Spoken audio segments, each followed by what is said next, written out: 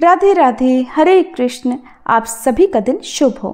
प्रिय श्रोताओं, आज दिनांक है 12 सितंबर और दिन है शुक्रवार।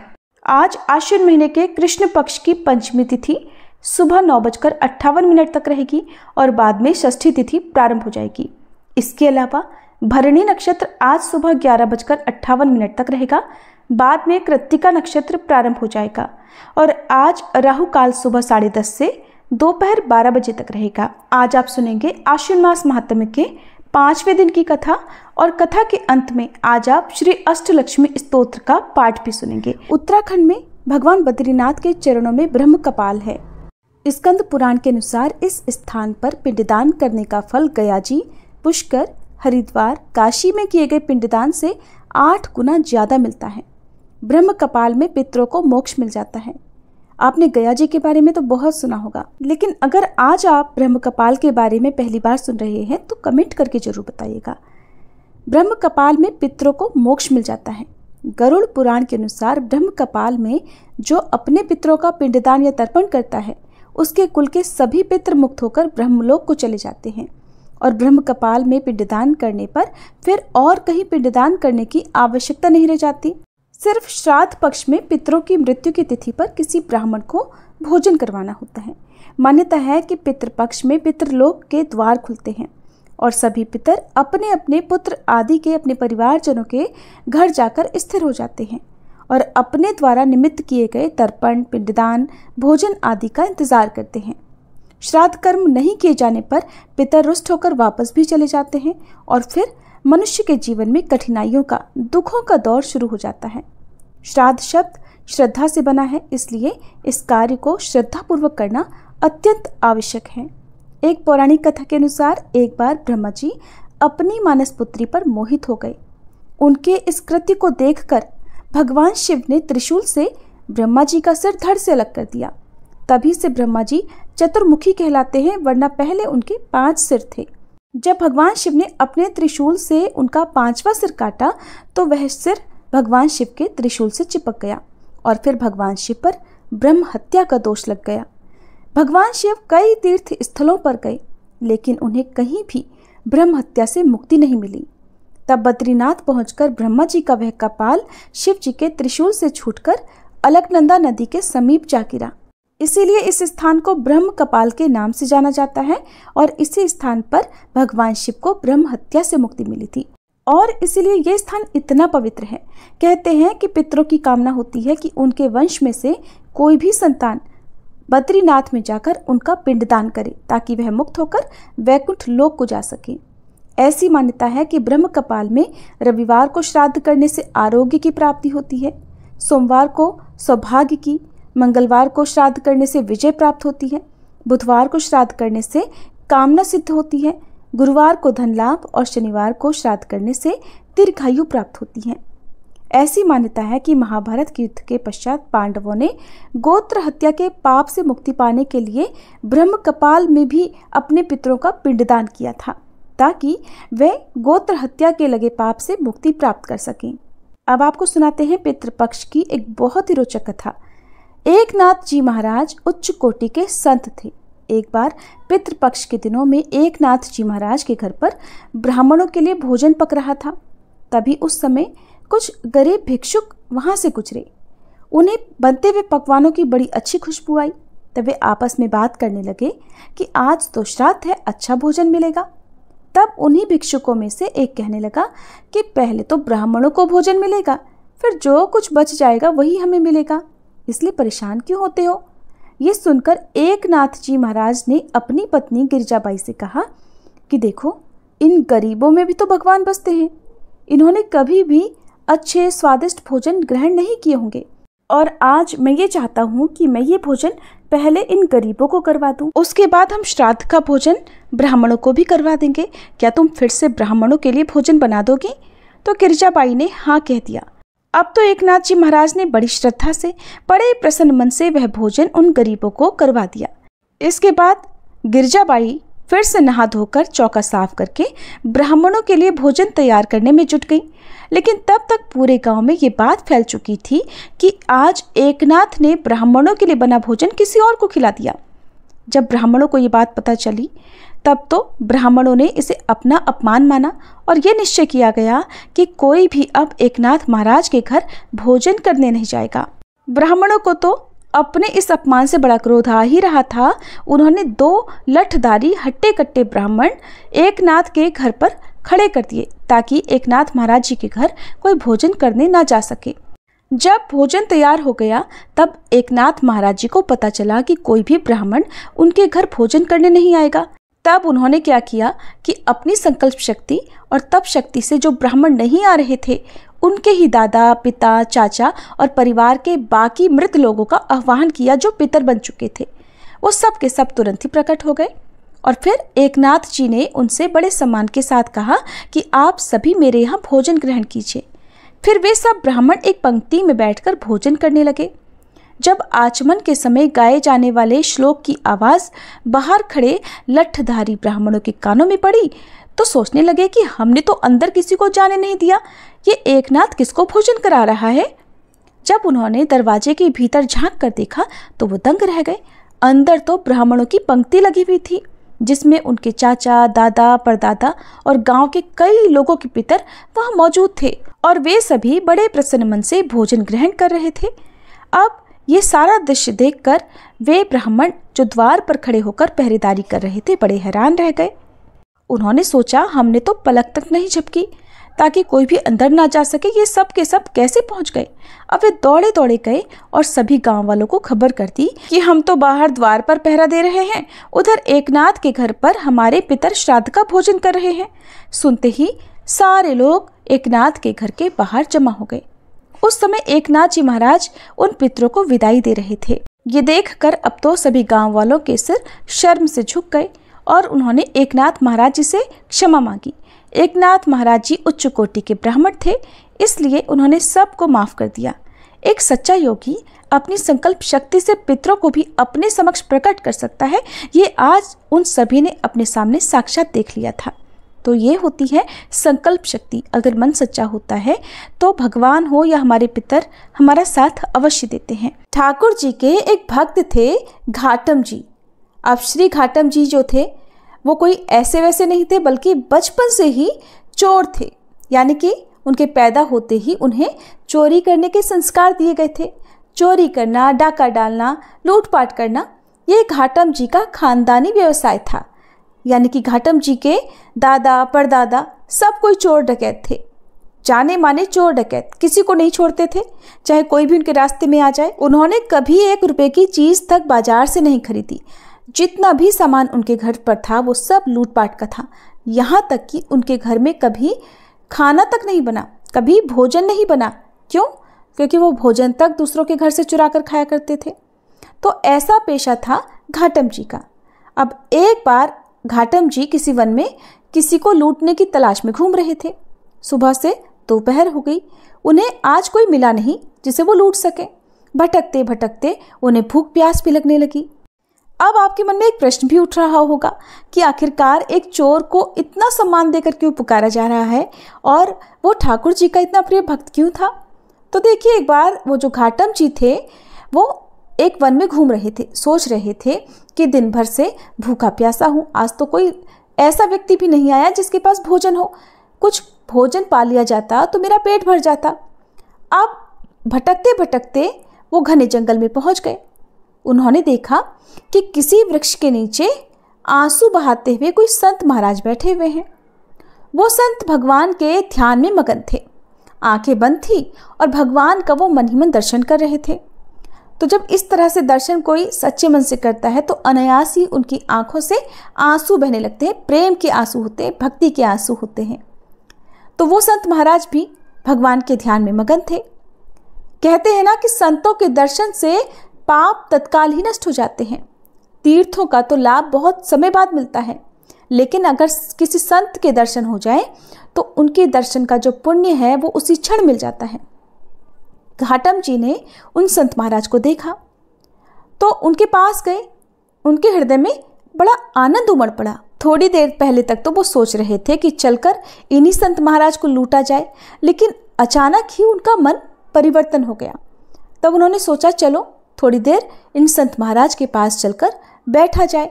कहाँ तो घाटम जी कभी किसी को नमस्कार तक नहीं करते थे। अब उनका मन ये हुआ कि वो उन संत महाराज को झुककर प्रणाम करें, और फिर उन्होंने सिर झुकाकर संत महाराज को प्रणाम भी किया। अपने इतने बड़े जीवन में उन्होंने पहली बार किसी को प्रणाम किया था। अब जब उन संत ने देखा कि कोई उन्हें प्रणाम कर रहा है तो संत महाराज को भी बड़ा आनंद हुआ। सोचने लगे कि इस जीव पर, इस मनुष्य पर ठाकुर जी की कृपा हुई है।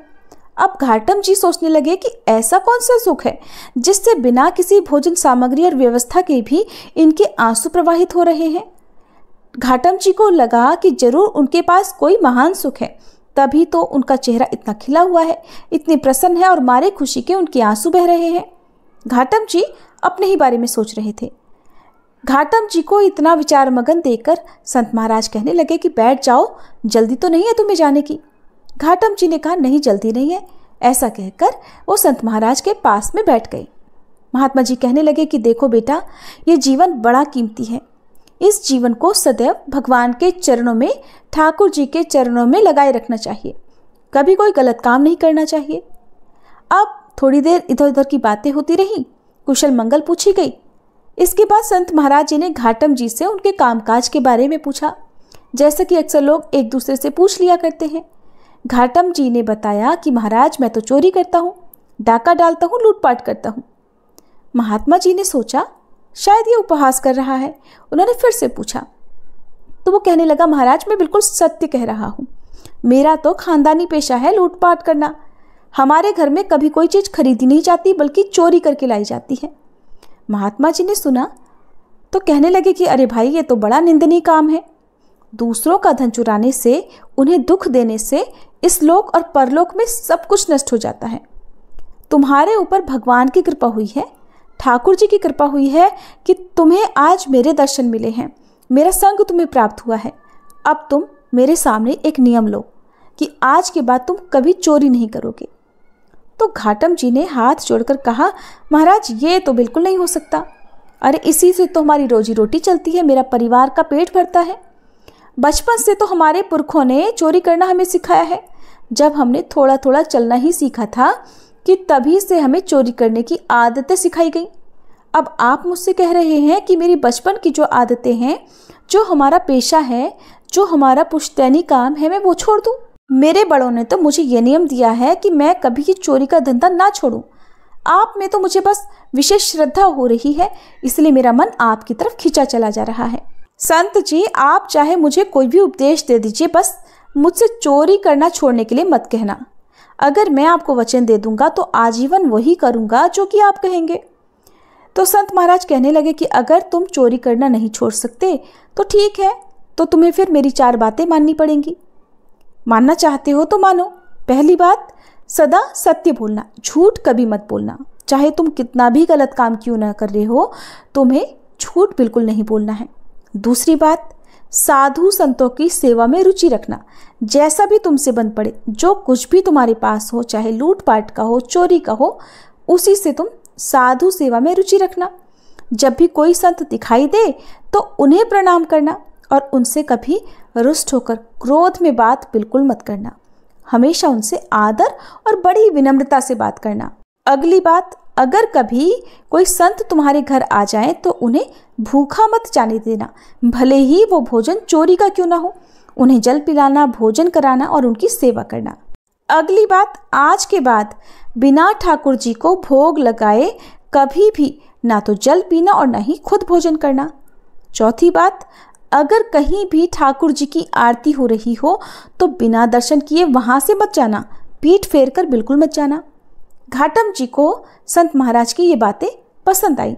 पसंद इसलिए आई क्योंकि उन्होंने उससे चोरी करना बंद करने के लिए बिल्कुल नहीं कहा था, बल्कि अन्य उपदेश ही दिए थे जो कि उसके लिए करने बहुत आसान थे। उसे तो चोरी छोड़ना बड़ा मुश्किल काम लग रहा था। तब उसने संत महाराज जी को प्रणाम किया और जीवन भर उन 4 बातों का पालन करने का वचन भी दे दिया। इसके बाद घाटम जी संत महाराज को प्रणाम करके अपने घर आ गए।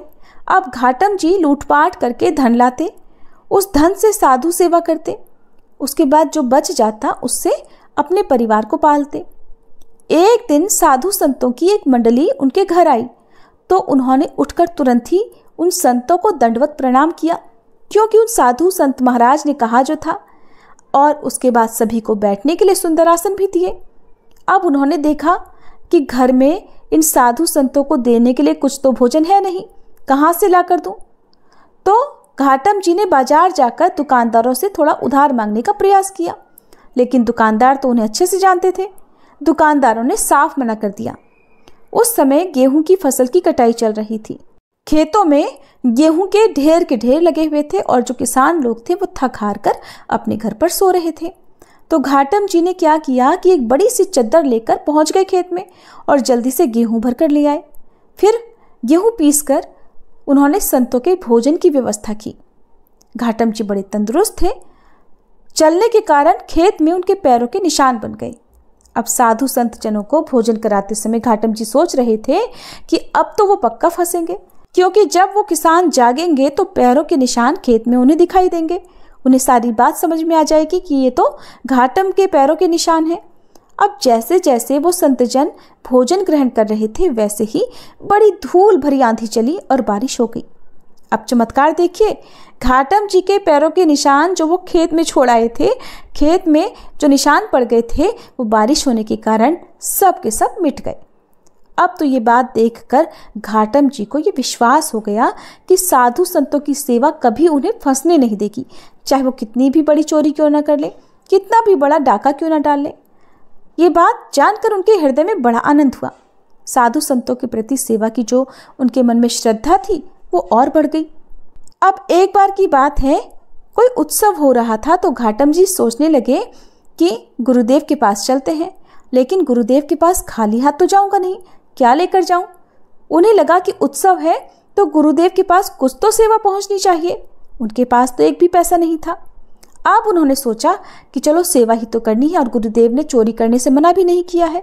उन्होंने तो कहा है सेवा करो चाहे चोरी करो, डाका डालो। तो अब घाटम जी सोचने लगे कि चलो आज रात में चोरी की जाए और जो कुछ भी मिलेगा उसे सुबह गुरुदेव को अर्पण कर देंगे। अब घाटम जी ने एक सिपाही का वेश बनाया और महाराज के अस्तबल में घुस गए। अस्तबल में खटपट की आवाज होने पर पहरेदार ने आवाज लगाई कि अरे भाई कौन है? अब गुरुदेव ने घाटम जी को एक बात बोली थी कि तुम कभी झूठ मत बोलना, चाहे कितनी भी मुश्किल में फंसे हो, सच बोलना। चोरी कर रहे हो, डाका डाल रहे हो, कितना भी गलत काम क्यों ना कर रहे हो, उस समय भी तुम्हें सच बोलना है। पकड़े जाने के डर से या कहीं से भागने के डर से भी कभी झूठ मत बोलना। गुरुदेव की आज्ञा तो माननी थी, क्योंकि गुरुदेव को घाटम जी ने वचन जो दे रखा था। तो गुरुदेव की सत्य बोलने की आज्ञा मानते हुए घाटम जी ने वहीं से आवाज लगाई कि अरे भाई मैं चोर हूं। मैं चोर हूं? पहरेदार ने सोचा कि अगर चोर होगा तो थोड़ी बोलेगा कि मैं चोर हूं। पहरेदार को लगा ये तो कोई राजा का खास आदमी है, तभी तो ये हास परिहास में बिना डरे कह रहा है कि मैं चोर हूं। अब सिपाही के वेश में घाटम जी ने राजा के अस्तबल में जो घोड़े बंधे हुए थे उन घोड़े में से एक बढ़िया घोड़ा लिया और उस पर सवार होकर वहां से चल दिए। उनकी वेशभूषा को देखकर पहरेदारों ने पहले की तरह उन्हें बिल्कुल नहीं रोका। पहरेदार सोचने लगे कि एक आदमी इतना निर्भीक होकर बिना डरे हुए राजा के अस्तबल में चला गया और बिल्कुल जो सबसे सुंदर सबसे बढ़िया घोड़ा था उसे लेकर जा रहा है। ऐसा तो कोई सामान्य व्यक्ति कर ही नहीं सकता। हो ना हो ये तो महाराज जी का ही कोई खास व्यक्ति होगा। अब घाटम जी उस घोड़े पर सवार होकर वहां से चल पड़े। वहां से निकले तो सोचा कि चलो इस घोड़े को ही कहीं बेच देंगे, जो पैसे मिलेंगे उन्हीं से गुरुजी की सेवा कर लेंगे, उन्हीं को गुरुजी की सेवा में अर्पण कर देंगे। घोड़े के साथ वो चलते जा रहे थे कि रास्ते में सुबह सुबह का समय था, ठाकुर जी की मंगला आरती हो रही थी। अब उन्होंने सोचा कि गुरुजी की ये भी तो आज्ञा है कि अगर कहीं आरती हो रही हो तो दर्शन जरूर करना, ऐसी जगह से पीठ फेर कर कभी मत जाना। तो उन्होंने घोड़े को वहीं एक पेड़ से बांध दिया और आरती के दर्शन करने के लिए मंदिर के अंदर चले गए। उधर पहरेदारों ने जब सोचा कि राजा को कोई आदमी होता तो सबको तो सूचना मिली होती। अब उन्हें समझ में आया कि वास्तव में वो तो चोर ही था, सच बोल रहा था और हमने उसके धोखे में आकर उसे जाने दिया। अब राजा के जो सैनिक थे वो चोर और घोड़े का पीछा करने लगे और उसी जगह पर आ गए जहां पेड़ से घोड़ा बांधकर घाटम जी अंदर आरती के दर्शन करने गए थे। सिपाहियों ने इधर उधर नजरें घुमाई तो घाटम जी तो उन्हें कहीं नजर नहीं आए, बल्कि घोड़ा जरूर नजर आया। घोड़ा वही था, कदकाठी वही थी लेकिन ये बड़ा आश्चर्य था कि उसका रंग बदल गया था। काले रंग का घोड़ा जो था वो अब सफेद रंग का हो गया था। सिपाही वहीं पेड़ के नीचे खड़े हो गए कि घोड़ा तो यही है, पर ये तो काला था, ये सफेद कैसे हो गया भाई। इतने में ही आरती के दर्शन करके घाटम जी मंदिर से बाहर आ गए। सिपाहियों ने देखा तो पकड़ लिया कि बताओ, ये घोड़ा वही है ना जो तुम रात में चुरा कर लाए थे। घाटम जी कहने लगे, हाँ मैं वही चोर हूँ जो घोड़ा चुरा कर ले गया था। सिपाही पूछने लगे कि अरे भाई, वो घोड़ा तो काला था, ये तो सफेद है, ये सफेद कैसे हो गया। घाटम जी बोले, ये तो आश्चर्य की बात है, यही तो मैं भी सोच रहा हूँ कि ये सफेद कैसे हो गया। तब घाटम जी बोले, मुझे नहीं पता, ये तो ठाकुर जी ही जाने। मेरे गुरुदेव ने तो ये कहा था कि अगर कहीं आरती हो रही हो तो ठाकुर जी के और आरती के दर्शन करना।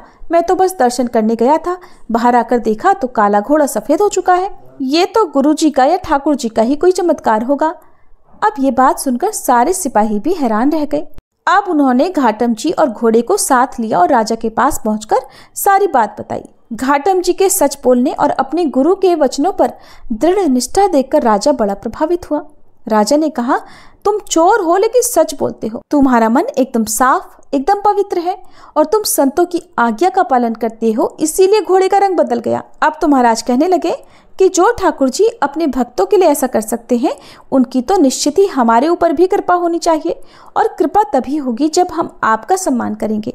अब तो महाराज ने अपनी बहुत सारी संपत्ति घाटम जी के नाम कर दी। संपत्ति लेकर मान सम्मान प्राप्त करके घाटम जी अब गुरु चरणों के दर्शन करने के लिए गए। घाटम जी की अब तो अपने गुरु पर श्रद्धा और बढ़ गई। सोचने लगे कि मुझ जैसे चोरी करने वाले को जहाँ राजा से दंड मिलना चाहिए था, सजा मिलनी चाहिए थी, वहां मुझे सम्मान मिला। वे गए और अपने गुरु जी को भेंट समर्पित की। उसके बाद वे उत्सव में शामिल हुए।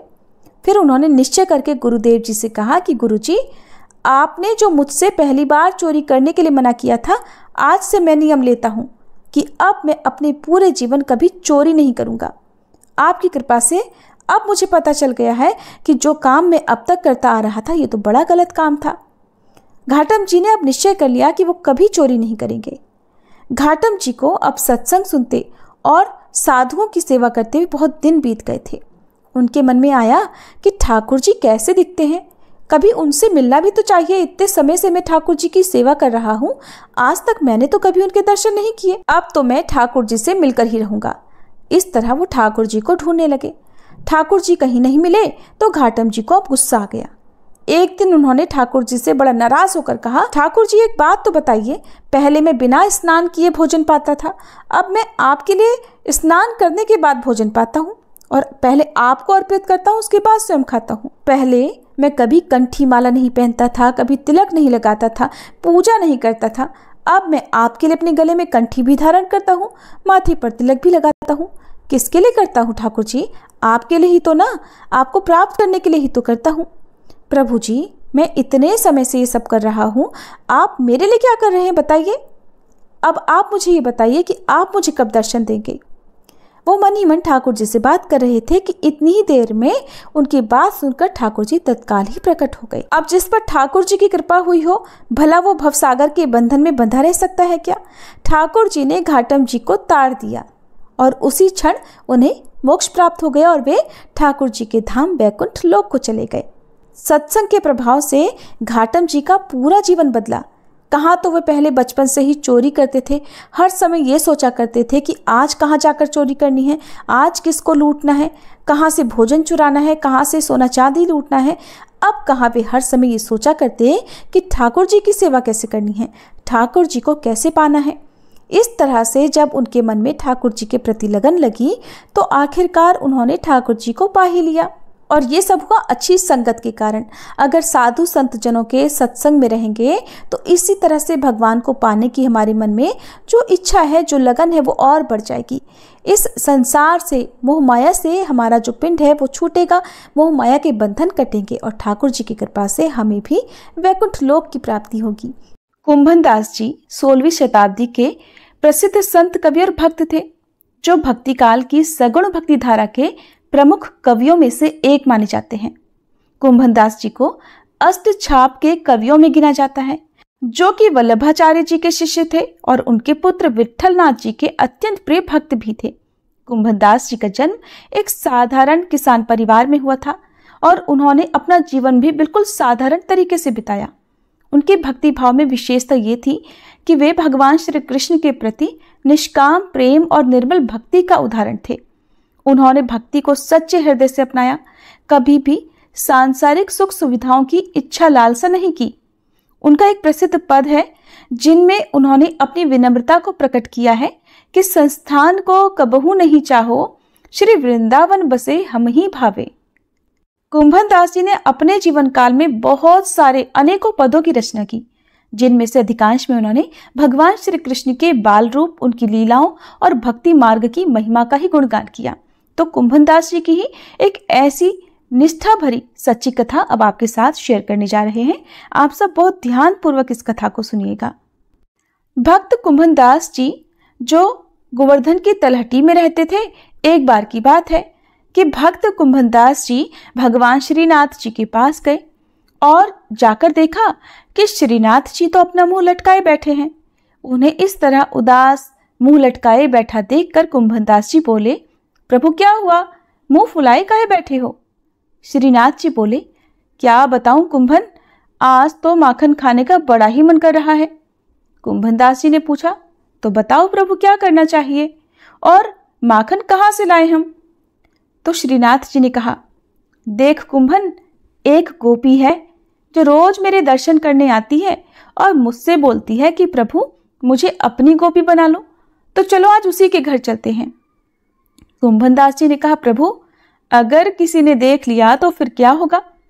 तब श्रीनाथ जी ने कहा, अरे कौन देखेगा, आज तो उसके घर में शादी है, सब बारात में गए हुए हैं और घर पर सिर्फ गोपी ही गोपी हैं। हम तो चुपके से जाएंगे और किसी को पता भी नहीं चलेगा।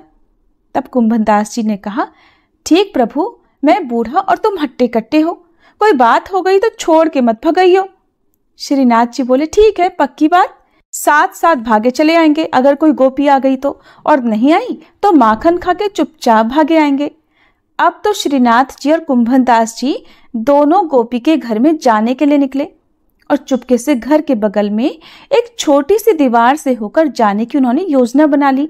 अब श्रीनाथ जी जो बिल्कुल छोटे से बालक हैं, कुंभनदास जी से कहने लगे, कुंभन तुम लंबे हो, पहले मुझे दीवार पर चढ़ाओ। कुंभनदास जी तो उनकी हर आज्ञा का पालन करते थे, बड़ी खुशी से बोले, ठीक है प्रभु, मेरे कंधों पर चढ़ जाओ।